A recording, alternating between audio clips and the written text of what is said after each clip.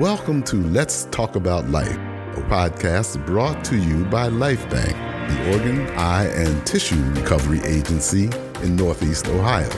Donation can be a complicated subject, but it is really all about life. So spend a few minutes as we unravel the complexities of donation. So come on, let's talk about life.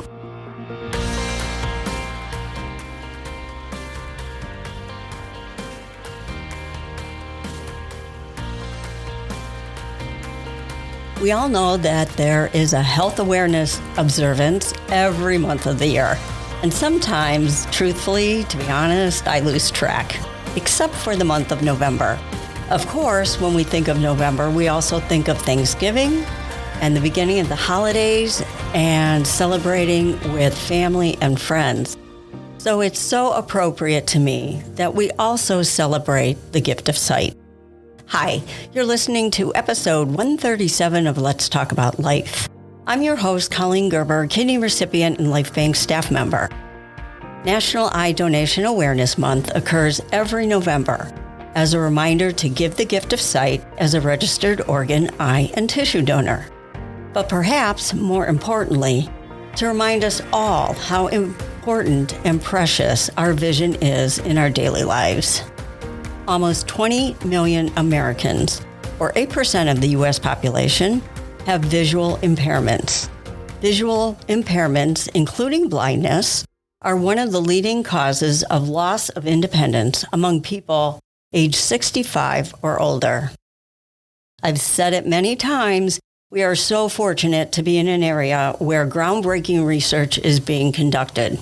And I'm so lucky to be sitting here with three individuals from Eversight, the nonprofit eye bank, to tell us about some of the projects they have in the works and how they are helping address the vision impairment issue.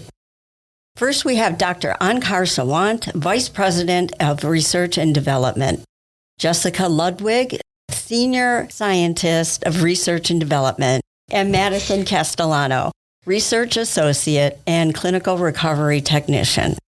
Dr. Sawant, in case some of our listeners don't know, Eversight is so much more than just an eye bank. Can you talk about Eversight and your mission? Thank you, Colleen and LifeBank, for having us. We are so fortunate to represent Eversight. Eversight is an eye bank. We are located in Cleveland, Ohio. That's where our research and development center is. We also have offices in Ann Arbor, Michigan, Chicago, New Jersey, and Seoul, South Korea. Besides that, we have operations in Arizona, as well as in New England region around Boston and Connecticut area. So Eversight is an eye bank with collaboration with different organ procurement organizations such as LifeBank. Eversight recovers eye tissues for corneal transplantation. Once the tissue is recovered, we process that for different types of corneal transplantation. Corneal blindness consists of about 10% of overall blindness. The one way that corneal blindness can be cured is by corneal transplantation. So Eversight prepares, procures, and processes tissue for transplantation graft. We also provide tissue for various research projects. We provide all types of ocular tissues for researchers who are working towards developing therapies for eye diseases like diabetic retinopathy, age-related macular degeneration, and glaucoma. We also do research related to eye banking development and corneal transplantation. It all happens at Eversight's Center for Cornea and Eye Banking Research in Cleveland, Ohio. Again, we are so lucky that you are right here in our city because it does affect the community. Eversight provides more than 8,000 grafts for corneal transplantations, and we also provide more than 3,000 ocular tissues for vision research, as well as surgeon training and education. Very impressive. It's so excellent to know that it really has a global impact. Now, I'm going to jump over to Jessica. Can you tell us more about the types of blindness that are common in developing countries and what Eversight is doing to eradicate those? We live in a country without a waiting list for a cornea transplant. But globally, only 1 in 70 patients receives the transplant that they need. So while we might not experience it here in the US, the global need is terribly unmet. In other countries, like in the developing world, chemicals and thermal burns are more common eye injury than they are here. These accidents are likely to damage the stem cells, which produce the cells that become the top layer of the cornea. And just like the top layer of the skin, the top layer of the cornea has a very high turnover rate. So that top layer constantly needs new cells to replace those that are falling off. These stem cells are right at the outer edge of the cornea. So we collect them with every cornea that is recovered. But this portion of the tissue is generally trimmed away. So if a patient arrives at the clinic and does in fact become lucky enough to be one of those 1 in 70 that does receive a transplant, but if the issue is actually their stem cells, the disease will come back. Eye banks do prepare specialized grafts for these stem cells, but historically, they don't operate the same way as your typical cornea transplant. We're very lucky that cornea transplants don't require long-term systemic immunosuppression, but these stem cell transplants do. And so that's an unusual hurdle for a typical cornea specialist or a cornea surgeon. And so we are working to specialize that graft, just like we have very thin individual layer specialized grafts for the cornea. We're working to make a very thin individualized processed graft for the stem cells that requires less immunosuppression, and thus hopefully will have a higher success rate if it's easier for the surgeon and the patient to understand what follow-up looks like. We are now using this data to develop an improved stem cell surgical product so that these patients are getting the same high quality, high precision, and high success rates as the types of transplants that happen here in the US. Getting this new service line stable and durable enough to survive the necessary transit time to reach these patients will be an additional challenge, but my background is in regenerative medicine, so I think we'll be able to do it. Overall, thus far, in 2023, we've provided over 3,000 corneas for international surgeons. Our most common countries include our South Korea office, and then Pakistan, Singapore, and Egypt. But we've placed tissue in a total of 30 countries just this year. We also support surgeons that go on mission trips to provide sight-restoring transplants. We are so incredibly fortunate to live in a country where supply is greater than demand, and that can't be said for any other organ or tissue anywhere else in the world. We are able to share this surplus globally, which both fulfills the donor's wishes and restores sight for someone in need. That's so amazing. Yeah. To me, that's so amazing. It is. It's incredible. It is that somebody here in the U.S. can give this sight to somebody all over the world. Yeah. And again, we are fortunate to not have that waiting list for cornea transplants. It gives me chills. I always say that donation is the best of humanity. And what more proof, if you will, do you need than sending a cornea halfway across the world and giving the gift of sight? Oh my gosh. Jessica, hats off. You're amazing. Gosh. You're amazing. Wow. That's wonderful. So it was mentioned earlier that Eversight provides close to 4,000 tissues for various ocular research projects and surgical training and education. Maddie, can you tell us more about how Eversight archives this? Yeah, I would love to talk about that. So we're very fortunate that we have connections with doctors and researchers and universities all over the world. So our priority is, of course, always going to be placing surgical corneas in the United States first and foremost. But when we do approach families, and we always respect their wishes, we ask, are you interested in donating? And are you interested in donating for research and education? And we are always respectful of the wishes of the family. And very often they're excited to hear that even if a tissue can't be placed for surgery, and that can be for a number of reasons. So some of the things that we look for when we're evaluating a tissue for surgical suitability can be the amount of cells, the overall health of the eye. Are there any eye injuries maybe that could be an issue if it were to be transplanted? And we are very, very strict because, of course, we want to give somebody the best vision possible. So we do sometimes end up with tissues that have been recovered, and they're wonderful tissues. They're still a valuable source of information, but they don't quite meet the criteria for surgical use. So our next step when we do that, if we have research and education consent from the family, is to look at some of the projects we're working on. Some of the reasons that we distribute tissue around the world can be for education, it can be for research, to teach doctors how to do eye surgery. It can be to teach residents what to look for in diseased eyes. It can be trying to develop new treatments for eye diseases. It could be trying to develop new surgical techniques or new medicines to treat some of the big diseases like glaucoma, diabetic retinopathy. And we actually can provide a variety of tissues. So a lot of people, when they think of the eye, they kind of just think of a ball, right? And there's not much going on, but that's actually very far away from the truth. So of course, the cornea is the only thing that can be transplanted from a deceased donor to a living recipient. But there's actually a lot of different structures in the eye. So one of the big ones that can become very diseased and can affect vision very severely is the retina. And that's actually the back layer of the eye that takes light coming in, turns it into electrical signals that get sent to the brain. And that's how our brain can interpret and see pictures and things. It's interesting that retina is only part of our brain that can be looked with our naked eyes. So when we go to our eye doctor, optometrist or ophthalmologist, they're looking at our retina, which is essentially a part of our brain. So that's really mind-boggling. Definitely.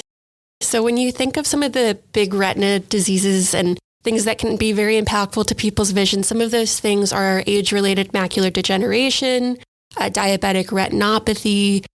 These diseases, unfortunately, there's not a cure yet. I say yet because that's the purpose of research. We would love, to live in a world without blindness, and that's one of our big missions. But we are honored to be able to provide tissue so that, maybe someday somebody can discover a cure or maybe find a medicine or train doctors on how to do surgeries for these diseases. So we're really proud that our reach is global, and that can be for so many different things, from research to education to training. We're very, very fortunate that we are able to work with all of these researchers. Absolutely. And I know in the OPO world, in Life Bank's world, there are organs that we cannot use for transplant. They just don't meet the criteria or the standard. And so we offer that research, especially pancreas. Can you imagine coming up with a cure for diabetes? And that's what these donated pancreas for research go towards. And that is just as life-saving and life-healing as being a donor for transplant. I just think research is so understated. And then what an honor for your loved one to be part of that process. I wanted to say too, we are very honored too that we can fulfill the wishes of the families and of course, continue the generosity of the families. And when people consent to research and education too, that is another way we can honor their wishes, because not every tissue can meet surgical needs. So when we have families that can reach out to us and we can say, we weren't able to use your loved one's generous donation for surgery, but your gift was able to be honored to teach clinicians, doctors, to come up with cures for diseases. And that's something for us as the research team that's always very fulfilling and something that we're honored to do. And we appreciate your work, Maddie. We often get requests from next of kin who want to know what ended up happening with their loved one's donation. And I'm always a little bit worried that they'll be disappointed if it couldn't have been used for clinical use. But then I write up an explanation for them, like your loved one's corneas went to research and they were used to test a new drug in hopes that there will be a treatment for this disease in the future.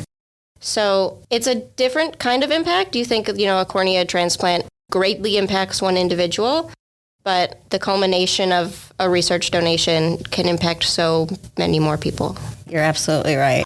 Dr. Swant, we're going to head back over to you. What do you feel like the future is of the eye banking and corneal transplant industry? From my personal experience, things look really bright, but what's on the forefront and how can somebody contribute towards Eversight and the gift of sight? Great question. When I think about the work that we do in corneal transplantation, blindness, donation, right now it's one-to-one connection. One donor tissue can cure blindness in one recipient. But our body is amazing. It has ability to grow. As Jessica mentioned earlier, in our eye, we have stem cells. They have ability to grow and regenerate the tissue that is not working well. So right now we are working on technology and different research projects to really understand, can we take these stem cells, help them grow into the lab, and then use those for transplantation? So right now, the big thing on our research side is figuring out, can we take a tissue and take the stem cells from those tissue, help them grow, and help cure blindness in more than one person? So from moving from a model of one-to-one, one donor to one recipient, to one donor to many recipients, curing many blindness in many individuals. And this is going to impact life of donor families a lot, because now the gift that it's not just to the one patient, but it's the gift that will keep on giving throughout the years. So that's something we are really excited about. As Jessica and Maddie both mentioned, that we are working on a number of research projects that will improve corneal transplantation field and advance the research. And when we sit together, we think about the project that we're doing, we run into so many setbacks. There are more failures than success that we see on the research side. But then we also look at the technology that's out there for our recipients right now. And those were research projects 10, 15 years behind us. So when we look in the past, the research projects from 10, 15 years ago has become reality now. So that keeps us going, keep working. So our next generation, maybe a decade later or more than that, will have a future therapy that will cure blindness, not just in the United States, but globally where there is more need. So if anybody wants to know more about Eversight as an organization, what we do to cure blindness in close to 9,000 people every year, or they want to know about our research projects, they can go to eversightvision.org/give and find out about the research project and make a contribution towards those. Beautiful. Is there anything you want to add that I didn't ask? Hi, yes, I would love to. So as a recovery technician, and I've been doing it for about 2 years now, very often when we hear from people, I would never want to donate my eyes because, and there's usually a few reasons, and I'd love to talk about those. So one of the primary concerns we hear is that I don't want my face or my appearance to be altered, which I completely understand, especially when you're doing the end-of-life celebrations or the memorials for the decedent. You know, I totally understand. I would not want my loved one to appear altered in any way, shape, or form. So one of the big things I like to tell people is that quite a bit of our training as recovery technicians is to make sure you can't tell we were there. We take such good care to make sure that we don't alter the appearance of the person that's passed away. And if we notice that maybe there's potentially going to be an altering of the appearance, we stop. We will stop the recovery and walk away from the case if there's any potential that the person's appearance may be altered. Of course, we want to respect people's wishes, but our priority is always making sure that the person who's passed away, we are respecting their honor and their dignity and making sure for their families too that they look exactly as they were remembered. Another big thing we hear too is that you wouldn't want my eyes. I have Coke bottle glasses. And that's actually a very common thing that we hear. And I would love to let people know, for one, visual acuity usually does not play any part in if your eyes are going to be good for transplantation. I've had people say, I have the world's worst vision. That is totally okay. Please still consider donating. Very often what we're looking for is on a cellular level in terms of corneal grafts that are able to be used surgically, or we'll often hear, okay, well, I have glaucoma or I have diabetic retinopathy. Why would you want to study my eyes? And the reason we want those donations is that we need diseased eyes so we can understand how the disease works, to show doctors, okay, this is what this disease presentation looks like. And across different ethnicities, nationalities. We also want doctors to have examples to practice doing things like surgery on, so they have a better understanding before they go and practice on patients. So yes, please consider donating or even just looking into it to try to see the extent of what we can do and how we can honor people's donations. Thank you, Maddie. I think that's an important point.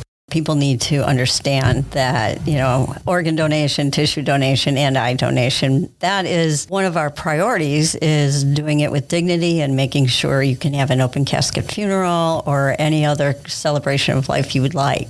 We don't want to harm that patient or their families. And so that's very important. I'm glad you brought that up. As I mentioned, this is a close to my heart topic, and I thank you guys for your work.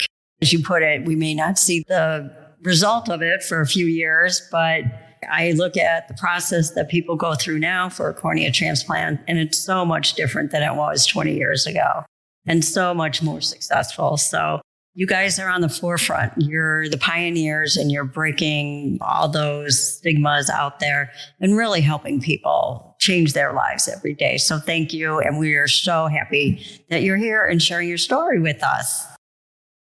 Thank you for having us. We hope you found today's episode informative and inspirational.